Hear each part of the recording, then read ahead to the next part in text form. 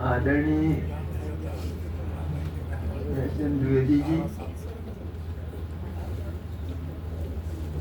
आज के बड़े अतिथि हैं और उनका भाषण बड़ा खूबसूरत सा, दोनों कृतियों को समाहित करते हुए उन्होंने बहुत सुंदर तरीके से समराइज करके सारी खूबसूरती बिल्कुल प्रदर्शित कर दी। इस तरह का बोलना और इस तरह की बात कह पाना आसान काम नहीं होता है। कई बार ऐसा होता है कि हम घंटों बात करते हैं तब अपनी बात कह पाते हैं, और कई बार ऐसा होता है कि कोई दो चार शब्दों में पूरी बात कह के चला जाता है। तो ये जो कला है, ये जो हुनर है बात करने का, ये बहुत ही कठिन होता है। ऐसा हुनर भगवान सबको दे ताकि संसार में हम जीवित रहें जब, तो हमको इस चीज की आवश्यकता पड़ती है। इन दोनों कृतियों पर काफी बातचीत हो चुकी है और जितनी खूबसूरती इसमें थी उससे कहीं ज्यादा प्रकाशित हो चुकी है। जितनी बात इसमें कही गई थी उससे कहीं ज्यादा एक एक पॉइंट करके बहुत लोगों ने सब ऊपर तक फैला दी। तो कृतियां अपने आप में ही सराहनीय हो जाएगी। आप सोच रहे होंगे कि हम बुराई कर रहे हैं कि अच्छाई कर रहे हैं, इसमें बुराई की बात नहीं है। जब कोई किताब पढ़े, कोई पढ़े और उसको जो कि तो रख दे तो उससे तो कोई फायदा नहीं हुआ। लेकिन कोई एक किताब पढ़े और उसको एक एक बारीक बातों को निकाल के बाहर करे तो उसकी समीक्षा बनी जाएगी, तब उसको समझने का अंदाज लगेगा। तब जो लोग नहीं समझ पाते वो भी समझ जाएंगे। तो हमारा कहने का मतलब है कि सभी लोगों ने एक एक पॉइंट भी अगर बताया हो तो इतनी देर में पता नहीं कितने पॉइंट आपके दिमाग में आ गए हों। तो ये जो कृतियां हैं, ये कृतियां अपने आप ही सराहनीय हो जाएंगी और सराहनीय हो गई। इनको चाहे कोई चाहे न चाहे इनको पढ़ना ही होगा। अगर आप किसी से कहेंगे कि ये कृति बहुत अच्छी हुई थी और उसको पढ़ा जाना चाहिए, तो दो चार में से एक दो तो जरूरी पढ़ लेंगे। बुजुर्गों की इतनी बात तो कोई मान ही देगा। तो इसलिए ये बात हमने इस वजह से कही थी। बहुत बातें हो चुकी हैं, इसलिए हम आपको बिल्कुल अलग एक बात कह के छुट्टी करेंगे, क्योंकि बहुत समय हो गया है और अंकुश ऊपर से लगाने वाले योगेश जी बैठे हैं, लेकिन शायद वो हमारे ऊपर न लगाए, ये बात हो सकती है। लेकिन हमको अपने आप ही लगा लेना चाहिए। जब सबके अंकुश लगाए जा रहे थे और हमने देखा है, तो भाई इससे अच्छा है कि वो लगाए, इससे पहले ही हम अपने आप चुप ही लगा लें, तो ये ज्यादा बेहतर होगा। तो इन शब्दों के साथ देखिए, हम आपको एक बात बताना चाहते हैं। शिवाजी हमारी पत्नी थी, उनके होनहार बच्चे हमारे बीच में हैं, उनके पोते का फोटो उस पे लगा हुआ है, ये सारी बातें हैं। एक बात खास है, और वो खास बात ये है कि इस दुनिया में, ये दुनिया बड़ी रंगीन है। जब आदमी आता है तो उस रंगीनी में खो जाता है और अपने परिवार के साथ रहता है, पत्नी के साथ रहता है, बच्चों के साथ रहता है, तो उसका परिवार सुरभित होता है। और वो रंग जो दुनिया में प्रचलित हैं, उन रंगों का हमारे ऊपर क्या असर पड़ता है, ये वो व्यक्ति समझ पाता है। और अगर अकेला रह जाता है तो नहीं समझ पाता है। तो हमारे कहने का मतलब ये है कि एक लाइन हमने लिखी थी इसी मौके के लिए कि दुनिया की रंगीन मेले में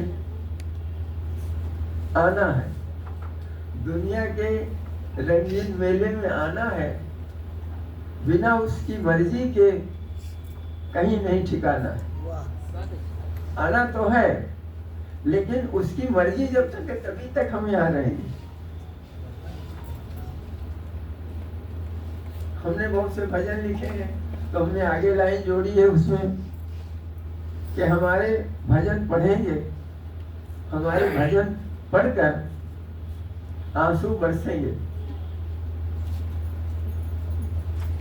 और इसलिए दुनिया हमको याद करेगी, हमको याद करेगी कि हमने ये बात कही थी। तो ये बात दो तरीके से समझी जानी चाहिए। जब रंगीन दुनिया में हम आते हैं तो हमको ये कुछ पता नहीं लगता कि हमको चले जाना है, हमको मालूम है चले जाना है। कोई ऐसा नहीं होगा जिसको ये पता नहीं है कि चले जाना है, फिर भी जाता कोई है तो हम रोते हैं। आखिर क्यों रोते हैं? फिलॉसफी इसके पीछे क्या है? इसके पीछे दर्शन कौन सा छिपा हुआ है? वो कौन व्यक्ति है जो हमको ये समझाता है कि रोना चाहिए आपको? तो पहले से ही आदमी क्यों इतना खुश था? इसलिए हर आदमी को जानते हुए, समझते हुए, जानता है कि उसको चले जाना है, या किसी एक को चले जाना है, दूसरे को कहीं रह जाना है। या कभी कभी देखिए, हमको हमारे मित्र गोपाल चतुर्वेदी जी थे, हमारे उनसे बड़े घरेलू संबंध थे। घंटे 2 घंटे कम से कम बात करते थे और 2-4 बार चाय पी लेते थे हमारे साथ। उनकी पत्नी उनको छोड़ के चली गई। हमको तो खबर नहीं मिल पाई थी, वरना हम गए होते किसी तरह से, किसी के साथ चले गए होते। लेकिन बात हमको पता नहीं लग पाया। लेकिन बाद में पता चला, जब गोपाल चतुर्वेदी जी जिस तारीख को गए, तो उसमें एक संस्मरण आया था। तो उन्होंने किसी से कहा था कि ये तो चली गई, अब हमको कौन देखेगा? और ठीक 6 दिन के बाद वो भी चले गए। तो ऐसा बहुत कम होता है कि एक आदमी चला जाए और दूसरा आदमी कई वर्ष जीता रहे। अब हम ये नहीं जानते कि हम कितने दिन जीवित रहेंगे, लेकिन जब तक जीवित रहेंगे तब तक यही है कि भाई सब कुछ ठीक है, रंगीन दुनिया हमारे सामने रहेगी, बच्चे सामने रहेंगे, सब लोग काम करते रहेंगे और हम उसी तरह से खुशी से जीवन यापन करना चाहते हैं। तो ये बात दोनों तरीके से सही है। यानी हम जब दुनिया में आते हैं तो हमको कुछ पता नहीं चलता, हम यही सोचते हैं कि हम तो अमर हो गए। लेकिन जब कोई एक चला जाता है तो हमको समझ में आता है कि नहीं, तो बड़ा गड़बड़ सोच रहे थे, और फिर हमको तकलीफ हो। लेकिन यही 2 बातें हैं जिनको हमको समझ लेना है और हमको जान लेना है कि कहीं भी रोने धोने का मामला नहीं है। ये तो आत्मा अमर है, अजर है, कभी खत्म ही नहीं होती है, तो उसके क्या लिए रोना? भगवान ने खुद कहा था उनसे, बाली की पत्नी से, कि इनकी आत्मा तो अमर है, ये जो व्यक्ति 5 तत्वों से बना हुआ था उसकी मृत्यु हो गई, उसके लिए क्यों रो रही हो? तो भगवान के कहे से कौन नहीं समझ जाता? तो बाली की पत्नी खुश हो गई और भाई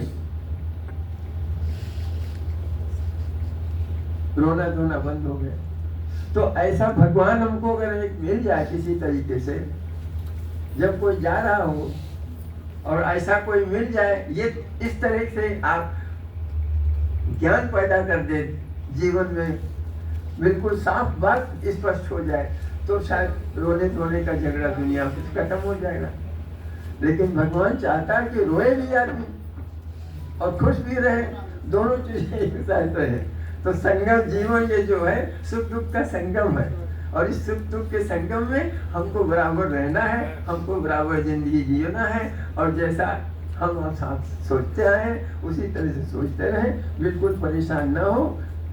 और आज की बात यहीं पे हमारी समाप्त होती है।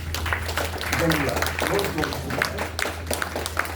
आप सबसे हम आभारी हैं कि आप इतनी देर तक हमारी बात सुनने के लिए बाकायदा खट बैठे रहे, और इससे आगे हम क्या कहें।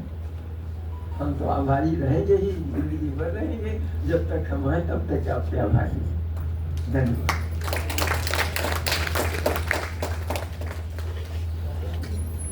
बहुत बहुत